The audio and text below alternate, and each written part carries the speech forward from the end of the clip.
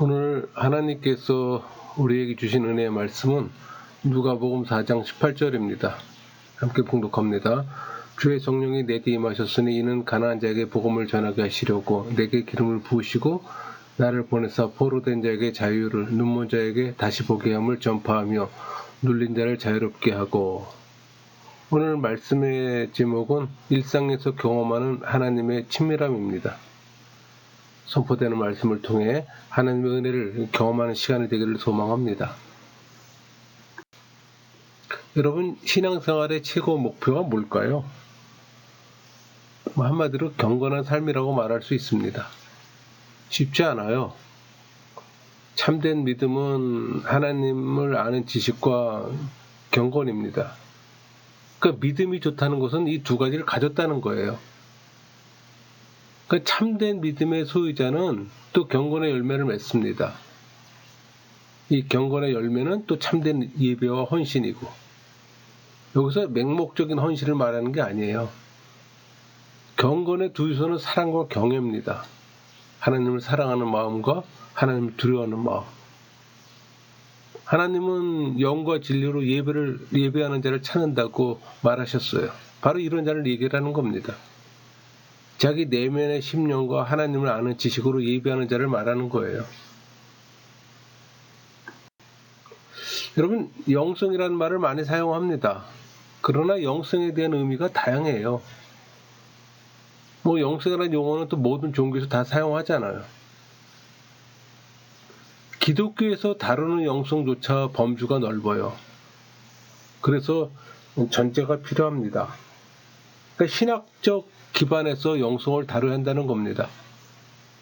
저 개인적으로 영성의 정의를 묻는다면 한마디로 하나님과의 친밀함이에요. 그 영성의 정리가 너무 다양해 용어 정립을 명확히 하지 않으면 애매모호한 상황으로 흘러갑니다. 그 영성이라는 용어가 가톨릭에서 많이 사용되었어요. 개신교 쪽에서는 경건의 의미로 사용되었습니다. 그러니까 가톨릭에서는 수도원 영성으로 발전했다면 개신교에서는 교회 생활과 개인의 관점에서 사용되는 용어로 봐도 무방합니다. 그러나 지금 그 구분이 없어졌습니다. 여러분, 영성과 경건을 같은 개념으로 이해해도 무방해요. 그 용어가 애매모호하면 개신교에서 익숙한 경건으로 접근해도 무방합니다. 그 회심한 그리스도인의 기준은 지식이 아니라 경건한 삶이잖아요. 이 경건은 또 사랑에서 나온 두려움이고, 그러니까 경건은 하나님의 은혜를 경험할 때 일어나요. 우리가 거룩한 두려움은 그 하나님의 공의를 받아들인 믿음이잖아. 그러니까 경건한 사람은 범사에 또 하나님의 권위를 인정합니다. 그러니까 하나님의 영광을 드러내는데 온 마음을 기울이게 된다는 겁니다. 말씀에 순종하는 것은 당연하고, 그러니까 개인적 경건의 삶이 없다면 진정 하나님을 안다고 말할 수가 없죠. 그래서 참다운 신앙생활과 헌신의 뿌리는 머리 지식이 아니라 경건에 있어요. 그래서 하나님을 인식하기 위해 바른 믿음을 가져야 하는 겁니다. 그러니까 예수의 믿음과 하나님에 대한 경건을 지녀야 참 하나님 지식에 도달해요. 어렵죠? 그래서 영성의 용어 사용은 쉽게 말하면서 많은 이들이 본질에는 접근하지 못하고 외곽에서 맴드는 것도 사실입니다. 여러분, 영성을 신앙생활에서 연결시킬 수 있는 용어는 하나님의 임재예요. 그러니까 하나님의 임재 체험이 생활화가 되지 않은 사람은 영성의 의미를 이해하지 못합니다. 제가 영성은 하나님과의 친밀함이라고 말했잖아요. 그러니까 하나님과의 친밀함을 추구하는 신앙인에게는 공통점이 있어요. 그러니까 신앙인들은 종교인들의 관심사에 흥미가 없어요. 영성을 추구하는 신앙인들은 하나님의 임재를 추구하기 때문에 여러분이 진정 신앙인이라면 하나님을 만나는 자리를 찾을 겁니다. 그러니까 하나님의 임재가 느껴질 때까지 진리를 추구할 겁니다. 여러분, 진리와 계시 차이는 단순해요. 진리는 하나님 그 자체이고 계시는 하나님을 보여주는 거잖아. 현대 교회는 하나님의 지식 습득에 많은 시간과 에너지를 소비합니다. 근데 진정 하나님의 임재를 추구하는 신앙인에게는 이 모든 것이 유치해요. 그러니까 영성을 추구하는 신앙인들은 하나님 그 자체를 추구해요. 물론 단계는 있죠. 그래서 경건한 신앙인은 하나님의 임재를 추구합니다. 하나님을 인격적으로 만난 다른 많은 사람들도 마찬가지예요. 우리가 원하는 것은 오직 그분과 함께하는 거잖아. 그래서 깊은 관계 안에 들어가기 위해 엄청 노력합니다. 종교인들은 상상도 못합니다. 많은 교인들은 하나님을 안다고 생각합니다. 하나님이 묻습니다. 너는 정말 나를 아니? 너는 정말 나를 원하니? 그럴 때 많은 사람들은 안다고 원한다고 대답할 겁니다. 아니요. 많은 수는 그렇지 않아요. 사역에 열심인 자들이 빠지기 쉬운 착각이에요. 사역을 성공적으로 잘하는 사람일수록 더 큰 착각에 빠져요. 그러니까 하나님을 위해 많은 일을 하는 사람일수록 더 큰 착각에 빠진다는 겁니다. 여러분, 제가 장담하건대 사역자는 영성가가 될 수가 없어요. 사역에 분주할수록 하나님의 임재는 멀어집니다. 그 사역과 영성은 반비례해요. 그 말은 사역의 분주함은 영적 게으름을 가져온다는 겁니다. 그래서 많은 사람들이 사역을 끝내고 쉴 때 깨달아요. 모든 사역의 업적과 공로는 종교성을 띄웠을 뿐 영성과는 멀었다고. 그러니까 교회 생활에 익숙한 사람일수록 개인적 영성과는 거리가 멀어요. 그러니까 교회의 많은 시간들이 단순히 종교 행위에 지나지 않음을 깨닫고 후회합니다. 왜 그럴까요? 신앙인의 정체성이 아닌 종교인의 모습으로 살았기 때문이에요. 그러다 뒤늦게 하나님에 대한 갈급함이 느끼고 그것도 새롭게 시작하는 겁니다. 그렇게 하는 사람은 그나마 다행이지만 그런 인식도 없이 영영 교회 안에 종교인으로 살아가는 신자가 다반사입니다. 하나님에 대한 갈급함을 느끼기 시작하는 사람은 하나님을 더 가까이 만나고 싶어 합니다. 그게 영성가예요. 여러분, 하나님의 임재의 편안함을 경험해 보셨나요? 하나님의 임재가 좋아 그 자리를 떠나고 싶지 않은 경험을 해 보셨냐고 물어보는 겁니다. 그러니까 신앙인이 원하는 것은 하나님이에요. 신앙인 모두는 하나님의 임재를 찾는 동역자고 우리 모두는 뜨겁게 그분을 갈망하잖아요. 그러니까 하나님의 임재가 너무 강렬하면 예배자는 손 놓고 그 상황 속에 빠질 수밖에 없어요. 우리 이사야 6장 상황은 성전의 여호와의 영광이 가득한 상황입니다. 그러니까 하나님의 임재를 느끼는 상황이에요. 그러나 그런 경험을 자주 할 수는 없습니다. 사실 임재 장소에는 설교도 찬송도 필요 없어요. 우리 역대하 7장 14절 내 이름으로 일컫는 내 백성이 그들의 악한 길에서 떠나 스스로 낮추고 기도하여 내 얼굴을 찾으면 내가 하늘에서 듣고 그들의 죄를 사하고 그들의 땅을 고칠지라. 이 말은 여기서 내 얼굴을 찾는다는 말은 하나님의 자비와 공일과 도움을 구한다는 의미입니다. 성령의 역사를 구한다는 얘기예요. 그 상황의 경험은 친밀함의 극치예요. 그러니까 우리가 원하는 것은 교회 프로그램이 아니라 하나님과의 친밀함이에요. 성령 하나님은 음악이나 멋있는 건물 따위에는 관심 없어요. 교회 인테리어 감동하지 않아요. 성령 하나님은 우리가 무슨 일을 할 수 있는지 별로 관심이 없어요. 그분의 관심은 오직 하나, 너는 나를 원하니? 여러분의 입술에서 저는 주님만을 원합니다라고 고백해 본 적이 언제인가요? 많은 이들은 하나님이 주시는 것들을 누리지 못한 채 나약한 그리스도인으로 살아가고 있어요. 이유가 뭘까요? 우리가 하나님과의 친밀함 가운데 은혜 주실 하나님을 바라지 않기 때문입니다. 왜? 내 힘으로 할 수 있는 게 너무 많아요. 저는 뭐 그것을 탓하려는 것이 아닙니다. 많은 그리스도인들이 선하게 살아가고 있음도 알아요. 그러나 그 이상의 것이 훨씬 많다는 겁니다. 많은 사람들이 회심하고 예배하나요? 지금 교회사 속에서 일어났던 부흥이 지금 일어날까요? 하나님은 우리의 부흥을 보고 싶어 하실 텐데. 여러분, 하나님은 갈급하지 않은 곳, 친밀함이 없는 곳에 성령의 역사는 없어요. 하나님은 갈급한 자를 찾으세요. 여러분, 여기서 갈급함이란 현재 영적 상태에 만족하지 않는다는 뜻이에요. 하나님이 원하시는 건 회개입니다. 회개는 우리의 마음을 교정해줘요. 또 교만을 깎아주고. 그러니까 회개는 하나님의 친밀함을 준비케 해줍니다. 그 회개가 있기에 그분의 임재를 구할 수가 있는 거예요. 하나님과의 친밀한 교제를 하신 적이 언제입니까? 그러니까 일상에서 욕심을 내려놓고 회개의 자리로 나아가 하나님을 구한 적이 최근에 있나요? 여러분, 신앙인은 하나님과 친밀함을 구하는 자들이에요. 그 밖에 다른 것은 더 이상 중요하지가 않아요. 그게 그리스도인의 영성이에요. 현대 교회는 하나님의 임재가 중요하다는 사실을 잊고 삽니다. 건물은 큰데 하나님이 없어요. 회심에는 관심이 없어요. 다양한 프로그램과 복음 없는 인물 설교, 도덕적 설교, 교훈적 설교만 난무합니다. 또 교인들 간의 대화도 삼위 하나님이 아니라 세속적인 내용으로 즐기고 있을 뿐이에요.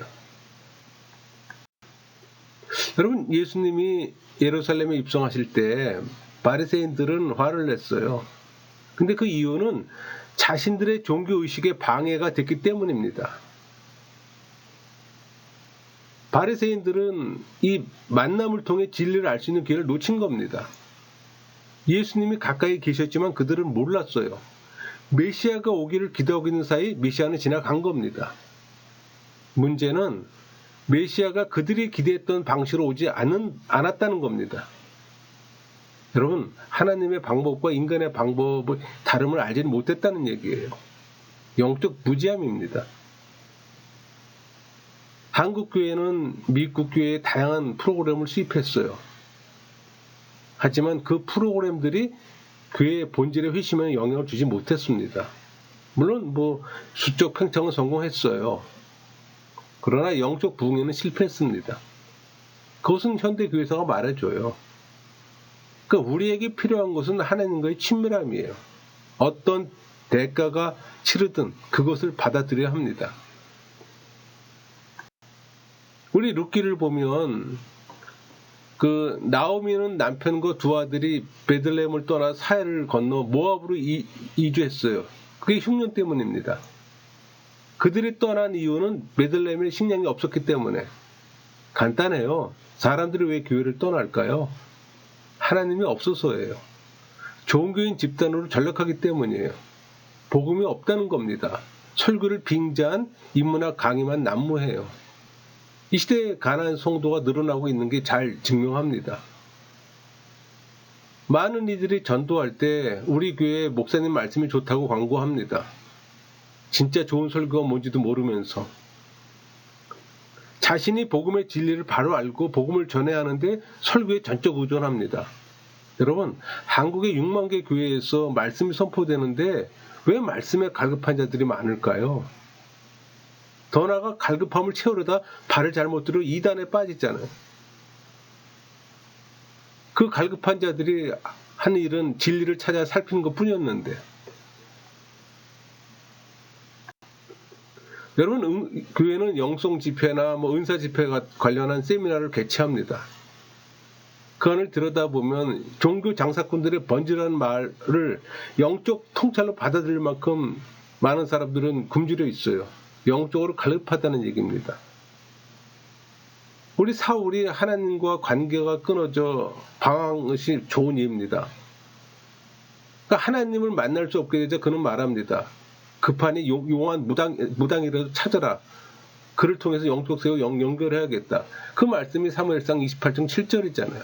사울이 그의 신하들에게 이르되 나를 위하여 신접한 여인 무당을 찾으라는 얘기 아니에요. 내가 그리로 가서 그에게 물으리라 하니 그의 신하들이 그에게 이르되 보소 엔돌에 신접한 여인이 있나이다. 하나님이 우려하시는 또 다른 문제가 있어요. 예수님이 종교 지도자들을 책망하며 밝히신 사실이 있습니다. 그게 우리 마태복음 24장 13절이에요. 화 있을 진저 외식하는 서기관들과 바리새인들이여 너희는 천국문을 사람들 앞에서 닫고 너희도 들어가지 않고 들어가려 하는 자도 들어가지 못하게 하는도다. 목회자가 천국에 못 들어가는 것도 문제지만 천국문을 막아서서 다른 사람들마저 못 들어가게 하니 하나님의 안타까움을 이루 말할 수가 없죠. 여러분이 알고 있는 부흥은 교인수의 팽창 아닙니까? 그러나 참된 부흥은 종교인들의 죽은 영혼을 살리는 겁니다. 그리고 음악으로 부흥으로 만족해서는 안 돼요. 회심한 자들이 무릎을 꿇고 나가야 합니다. 근데 이런 일은 종교인이 할 수가 없어요. 여러분, 교인들이 많은 부흥회를 경험합니다. 그러나 변화하지 못해요. 그냥 한순간에 퍼포먼스로 끝나잖아요. 종교인들이 주최하는 부흥 퍼포먼스는 아무런 역사가 없어요. 그러니까 회심하지 않은 종교인은 영혼의 내재하는 죄의 지배를 받아 하나님에 대한 갈급함이 없도록 영혼의 잡동사니로 가득 채워 있어요. 오랜 세월 그런 상황이 익숙해져 있던 겁니다. 익숙해지면 스스로가 회심한 것처럼 착각 속에 살아가요. 영적 어둠 속에 살게 하면서 세속의 형통함을 먹고 살도록 철저히 길들여져 있는 겁니다. 그래서 하나님의 은혜의 모습만 봐도 만족해하는 거예요. 실상은 은혜도 아닌데 그냥 영화만 봐도 경험하는 정서적 감정 느낌인데 여러분, 하나님에 대한 갈급함은 자기의 인격조차도 잃어버릴 정도로 절박해야 합니다. 인격조차도 잃어버렸다는 표현이 절박할 때 나오는 그 무례함을 말하는 거예요. 좋은 예가 있어요. 그 불치의 혈우병에 걸렸던 여자가 그 좋은 예입니다. 그녀는 군중을 악착같이 밀치고 들어가 예수님 옷자락을 만졌잖아요. 우리 마태복음 9장 20절에서 22절까지 말씀입니다. 10대 동안이나 혈루증을 앓는 여자가 예수의 뒤로 가서 그 겉옷가를 만지니 이는 제 마음에 그 겉옷만 만져도 구원을 받겠다 함이라. 예수께서 돌이켜 그를 보시며 이르시되 딸아 안심하라. 내 믿음이 너를 구원하셨다 하니. 잘 설명해 주잖아요. 여러분, 영적 부흥을 향한 시작은 죄의 상태를 인식하는 겁니다.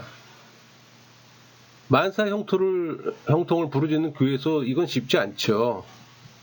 사실 여러분, 유럽 교회 몰락은 이 복파리와 만사 형통이었어요. 저는 형통을 부정하지는 않습니다. 마음껏 형통하세요. 하지만 물질 형통 대신 하나님을 추구하세요. 많은 사람들이 처음에는 하나님을 추구하다가 나중에는 만몬을 추구해요. 기도해야 합니다. 우리가 사는 시대는 주님이 필요해요. 주님이 계셔야 합니다. 이제 은혜의 흉내나 내는 수준에서 벗어나야 하는 겁니다. 성령 하나님의 은혜를 경험하라는 얘기입니다. 주님과의 친밀함을 경험해야 합니다. 그게 영성이에요. 여러분, 저는 신앙인이 된 후에 종교인이 되는 사람은 보지를 못했습니다. 착각만 있을 뿐이지.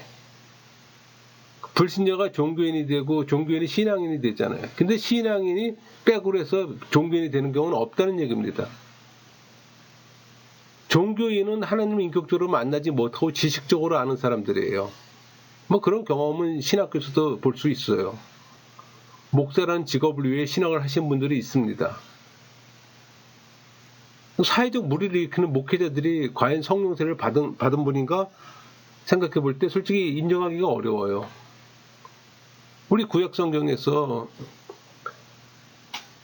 선지자의 그 참과 거짓의 구분처럼 이 시대도 참 목자와 거짓 목자의 구분이 필요한 영적 분별력이 필요하다는 얘기입니다.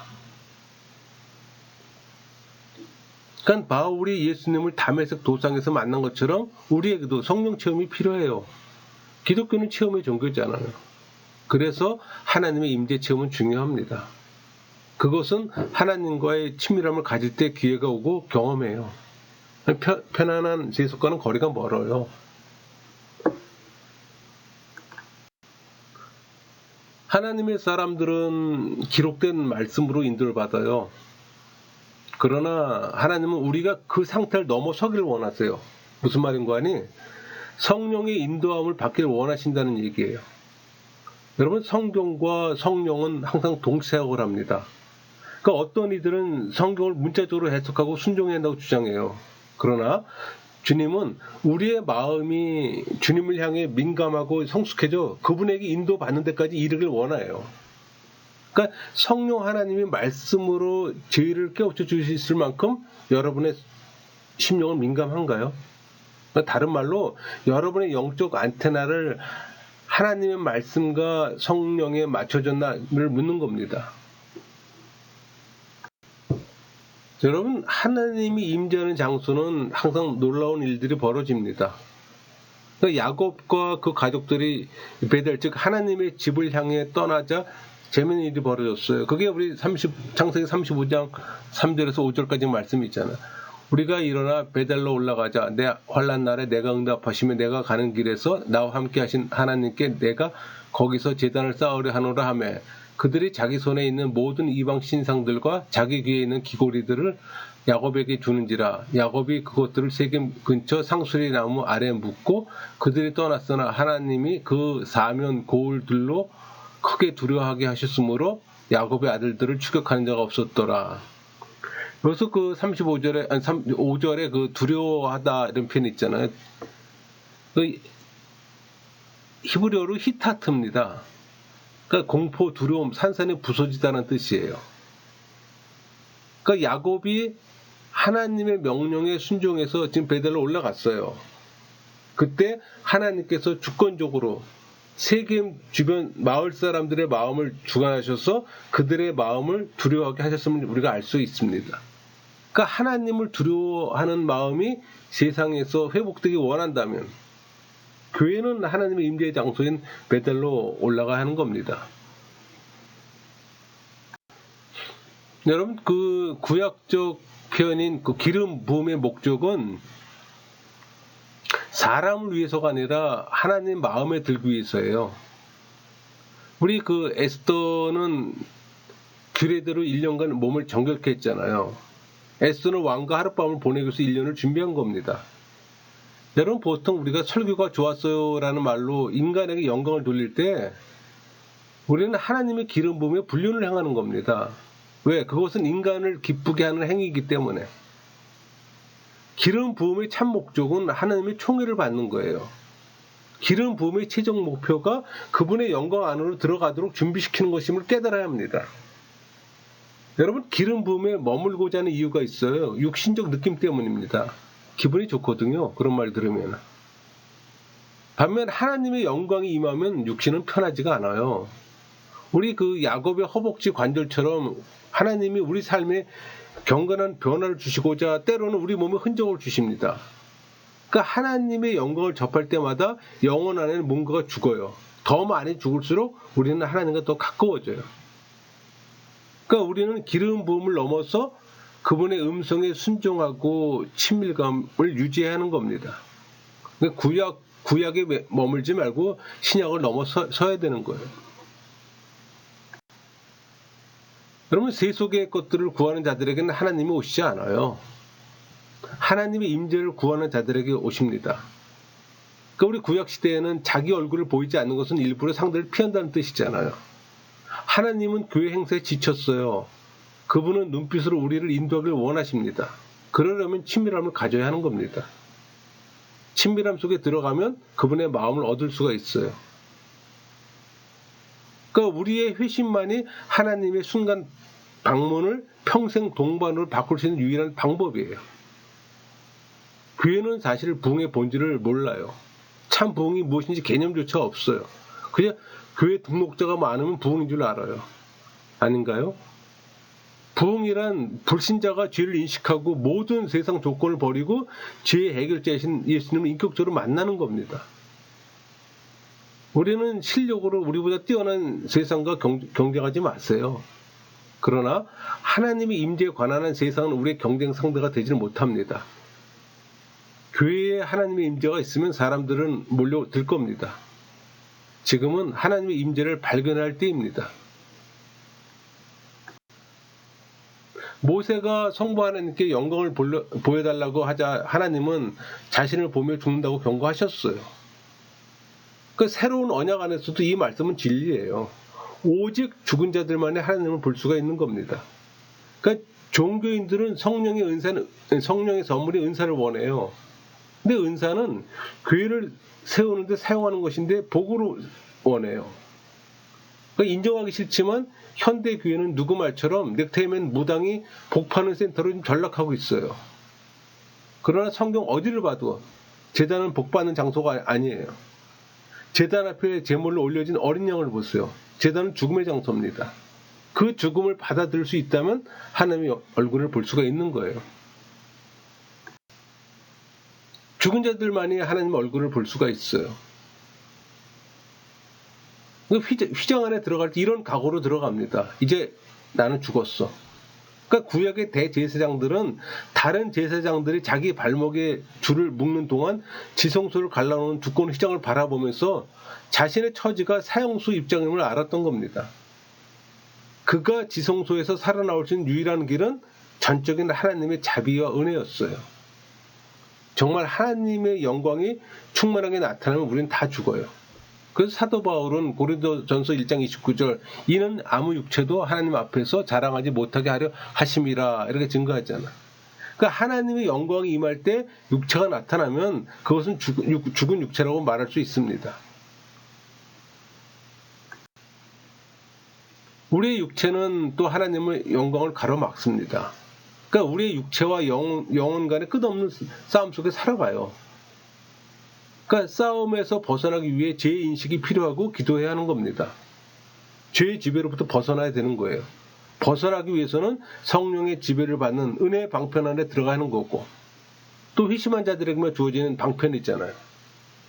그러니까 여러분이 세속을 사랑하는 마음, 즉 정욕의 상태에 빠지면 하나님과의 친밀함은 없습니다.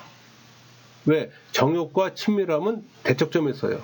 우리 갈라디아 5장 24절 그리스도 예수의 사람들은 육체와 함께 그 정욕과 탐심을 십자가에 못 박았느니라.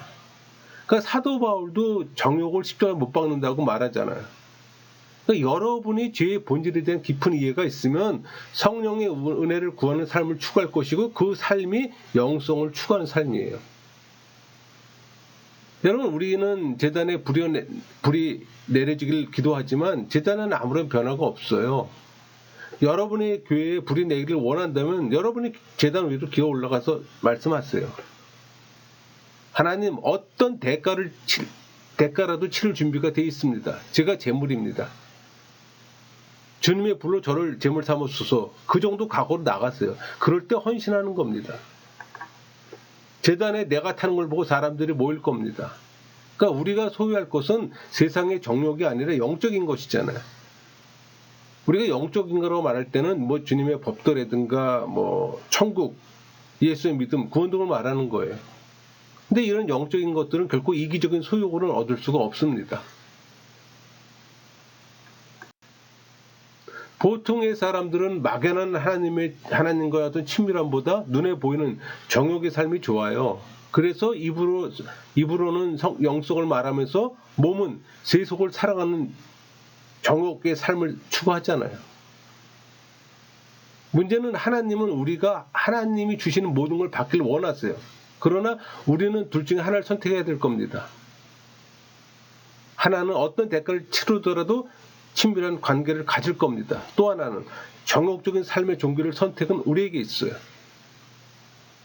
그러니까 보통은 적당히 선한 일을 하면서 공동체 안에서 프로그램과 집회 위주의 종교인이 됩니다. 그리고 과거를 회상하면 그때가 좋았어 라고 말하는 사람들이 있어요. 그 좋았던 것들은 사실 종교적 행위뿐인데. 우리 출애굽기 20장 19절 모세에게 이르되 당신이 우리에게 말씀하소서 우리가 들으리이다. 하나님이 우리에게 말씀하시지 말게 하소서 우리가 죽을까 하나이다. 이렇게 말했던 이스라엘 백성들은 십계명에 부합되게 살고 싶지 않았던 겁니다. 율법을 지켜야만 하나님의 임재 앞에 서서 살아남을 수 있다는 사실을 그들은 알았던 거예요. 서글픈 현실이지만 대부분의 그리스도인들은 성령이 내주하는 임재를 경험하지 못합니다. 왜? 세속적인 삶을 버릴 마음이 없기 때문에. 반면 그런 삶을 정리하려는 이들 다수는 또 율법주의 덫에 또 빠져요. 하나님과의 친밀한 관계는 영적 순결을 원해요. 하나님은 기름 부음에 중독되고 축복받는 맛을 즐기는 애인이 아니라 순결하고 헌신된 신부를 찾고 계세요. 그러니까 부흥이라는 생명은 신랑에 대한 신부의 헌신에서 생성되는 겁니다. 여러분, 현대사에서 부흥 사건이 일어나지 않는 이유는 뭘까요? 잃어버린 헌신과 무너진 도덕성이 원인이라고 보면 될 겁니다. 그것은 정욕만을 추구하게 돼 있어요. 그러니까 한마디로 영성과는 멀어지는 삶이라는 겁니다. 모세에게 나를 보고 살 자가 없다고 말씀하신 분은 성자 하나님이에요. 그러니까 지성소로 가기 전에 제사와 제사함의 제단을 거치는 걸 잊지 마세요. 자아를 십자가에 매달고 의지를 십자가에 못 박고 내 계획을 버려야 할 때입니다. 우리 고린도전서 15장 31절 형제들아 내가 그리스도 예수 우리 주 안에서 가진 바 너희에 대한 나의 자랑을 두고 단언하니 나는 날마다 죽노라. 여기서 나는 날마다 죽노라. 사도 바울의 말은 나는 날마다 하나님 임재 안에 들어간다는 의미예요. 그러니까 피하지 말고 들어갔어요.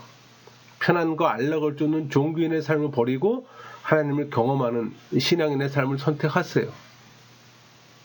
하나님의 임재가 처음 올 때는 아무 경고 없이 갑자기 옵니다. 그러나 그 이후에 오는 하나님의 임재는 우리의 갈급함이 표출되어만 와요. 그러니까 여러분은 하나님의 임재를 구하는 사람으로 대가를 치를 용의가 있습니까? 그러니까 이 시대 교회는 거룩함을 상실하고 있어요. 그러니까 영적 삶에 대한 갈망이 세속주의에 밀려나고 있다는 겁니다. 그런 환경에서는 부흥은 기대할 수가 없어요. 부흥이 없는데 어떻게 하나님과의 친밀함이 있겠습니까? 말로만 떠드는 공허한 메아리일 뿐이지. 그러니까 우리는 하나님의 임재를 바르게 경험하는 법을 배우고 체득해야 되는 거예요. 좋은 것과 최선의 것 중 어느 것을 택하시겠습니까? 여러분이 하나님의 최선을 선택한다면 여러분이 생각하고 있는 좋고 무난한 것들은 희생해야 되는 거예요. 물론 아깝죠. 그래도 해야 합니다.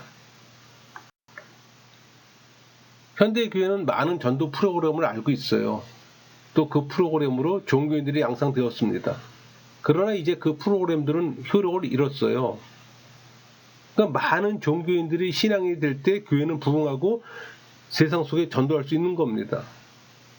하나님을 인격적으로 경험하지 못한 종교인은 종교인만 양상할 뿐이에요. 여러분, 종교인을 만들지 맙시다. 오히려 교회 이미지만 나쁘고 전도에 방해만 돼요. 한국교회가 그걸 증명했잖아요. 저는 개인적으로 불신자 전도보다 종교인을 신앙으로 전환시키는 데 관심이 있어요.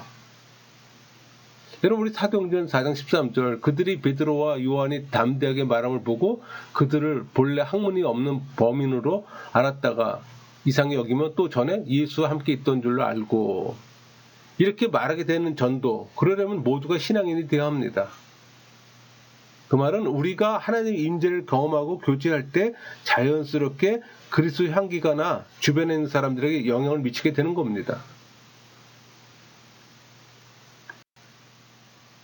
여러분, 예수님이 데가볼리 지역 거라사에 가셨을 때 그곳에 있던 귀신 들린 사람이 귀신들의 손아귀에서 벗어났잖아요.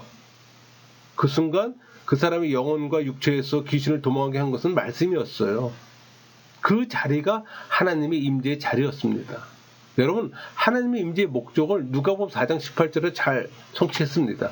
주의 성령이 내게 임하셨으니 이는 가난한 자에게 복음을 전하게 하시려고 내게 기름을 부으시고 나를 보내사 포로된 자에게 자유를, 눈먼 자에게 다시 보게 함을 전파하며 눌린 자를 자유롭게 하고, 이 말씀을 성취한 거예요. 그게 하나님의 임재의 목적이에요.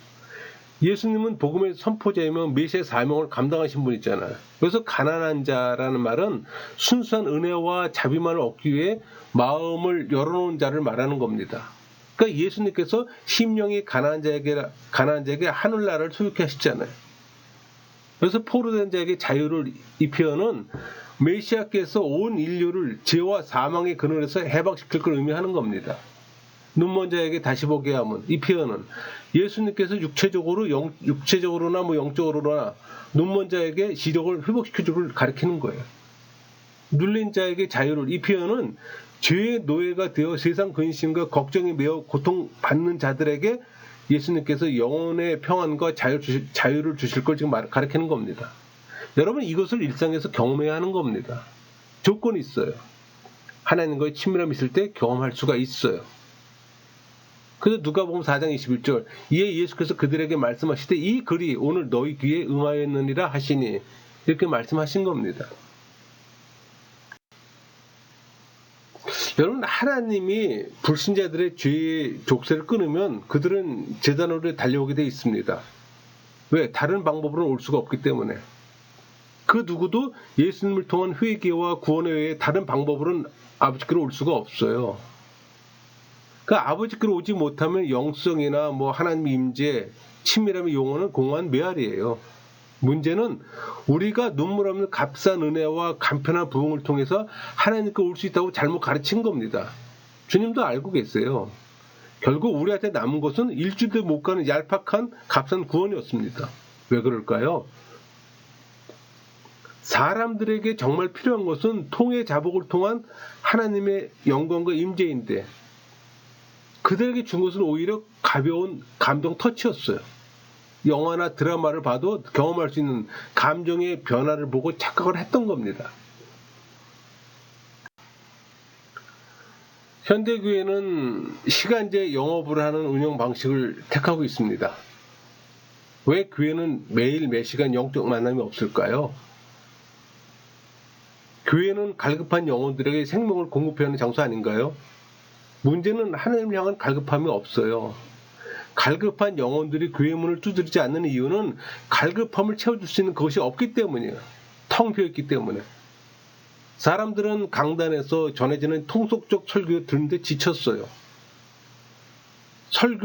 선포되는 말씀이 세상 인문학 강의만도 못할 정도로 설교는 죽었다는 겁니다. 교회의 문제가 이렇게 뻔한데 무슨 권리로 다른 사람에게 회개를 말할 수 있습니까? 참 교회는 위선과 교만이 없는데 많은 교회는 위선과 교만의 자랑거리가 되고 있어요. 이제 할 일은 정직하게 나와 회개하는 겁니다. 우리에게 문제 있다는 것, 내가 문제라는 것, 그래서 무릎 꿇고 내가 죄를 회개한다는 그런 마음이 있어야 되는 거예요. 회개하는 교회의 모습을 본다면 구석구석에 사람들이 나오기 시작할 겁니다. 그때부터 부흥을 경험하는 거고. 우리가 기도할 때마다 구원보다는 세속의 것을 구하잖아요. 하나님만을 복을 구하잖아요. 여러분, 주님만을 원합니다. 이런 간구는 사라졌어요. 하나님이 우리에게 원하시는 것은 그저 만나는 것뿐인데, 우리는 그분에게 있는 그대로 드러내기만 하면 되는데, 그분은 우리에게 영과 진리로 예배를 받고자 기다리고 계세요. 말이나 표면적 행동을 초월하는 영적 예배. 하나님은 여러분을 부르세요. 그 부르심에 응한다면, 그걸 경험하면 그게 친밀함의 시작입니다. 우리 시편 91편 1절, 지존자의 은밀한 곳에 거주하며 전능자의 그늘 아래서 사는 자요. 다윗이 말한 이 은밀한 곳에 이르려면 모든 방해 요소를 내버리고 영과 육을 침묵 기도의 문을 통과해야 합니다. 여러분, 그 만남에서 영적 경험을 할 겁니다. 그게 신앙인의 영성이에요. 여러분은 예배에 왜 참석하세요? 옥합을 깨트려 주님께 기름 부었던 죄 많은 여인에 대해 예수는 뭐라고 말씀하시냐면 생각해 보세요. 제자들은 왜 비싼 기름을 낭비했는가 질책했지만 예수님은 낭비가 아니라 예배라고 말했어요. 예수님이 말씀하신 것은 마리아의 종교적 공로 때문이 아니에요. 예수님이 두둔하신 것은 그녀의 예배였습니다. 그러니까 하나님의 임재를 경험하려면 마리아를 따라 예수님께로 갔어요. 소중한 찬양과 예배의 옥합을 꺼내세요. 여러분은 보물을 너무 오래 아껴왔습니다. 그러나 주님은 그 모든 것을 받기에 합당하신 분이잖아요. 아끼지 마세요. 마리아가 머리털로 주님의 발을 씻는 데는 겸손이 필요했어요. 긴 머리는 여자의 영광이에요. 고린도전서 11장 15절 만일 여자가 긴 머리가 있으면 자기에게 영광이 되나니 긴 머리는 가리는 것을 대신하여 주셨기 때문이라. 마리아는 자신의 영광으로 예수님의 발을 씻은 겁니다. 자기의 영광을 버렸어요. 예수님 당시 손님들의 더러운 발을 씻어주는 일은 집안에서 가장 비천한 종의 목이잖아. 이해가 됩니까? 마리아가 보여준 행동이 얼마나 겸손한 예배의 모습인지. 교회는 너무 오래전부터 하나님을 오시라고 청해놓고는 그분을 높은 자리에 모시지 않았습니다. 이 말을 다르게 표현하면 교회가 원하는 것은 그분의 복이었어요. 교회가 복파리가 되어 잘못 가르쳤던 겁니다. 마리아의 옥합을 주님이 깨뜨리지 않았다는 점을 주목하길 바랍니다. 마리아가 깨뜨렸어요. 주님과 만나기 원한다면 자신을 깨뜨려야 합니다. 가장 높은 차원의 예배는 깨어진 마음에서 시작돼요. 여러분, 영성에는 지름길이 없어요. 아무도 대신 줄 수가 없습니다. 여러분 자신만이 할 수 있어요. 그 친밀함이란 단어가 여러분의 단어가 되어야 합니다. 그렇게 한다면 하나님이 여러분과 함께하기 위해 만사를 제쳐두고 머무실 겁니다. 왜? 그것을 하나님이 가장 좋아하시기 때문에. 작은 교회지만 부흥 있는 교회들이 있어요. 유독 하나님과 친밀한 사람들이 있어요. 이유를 알고 싶으세요? 답은 그들이 깨어진 자들이라는 겁니다. 예배하는 자의 심령이 깨어질 때 하나님의 관심이 우리에게 향해요. 그러니까 그분을 향한 우리의 사랑이 다른 사람들의 시선을 의식하지 않을 때 그 일은 시작되는 겁니다. 여러분, 체면 차리면서 하나님의 임재를 구할 수는 없어요. 자기 영광을 버리세요. 우리 영광이 끝이고 하나님 영광이 시작입니다. 그러니까 하나님의 임재를 구하는 데 있어서는 모세는 끈질겼어요. 그는 하나님을 찾는 것이 그분을 위한 일이라는 걸 알았던 겁니다. 그것이야말로 하나님의 가장 큰 기쁨이에요. 모세는 하나님을 원했어요. 친밀함을 원했어요. 모세는 그분을 구했고 그것은 쉽게 주어지지 않았습니다.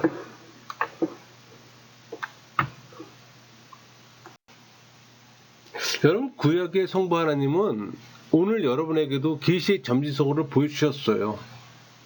하지만 그것은 값싼 축복이 될 수 없습니다. 여러분의 죄가 죽어야 합니다. 여러분이 죽을수록 그분은 가까이 오실 수가 있어요. 여러분, 부흥의 공식은 옛날이나 지금이나 똑같아요.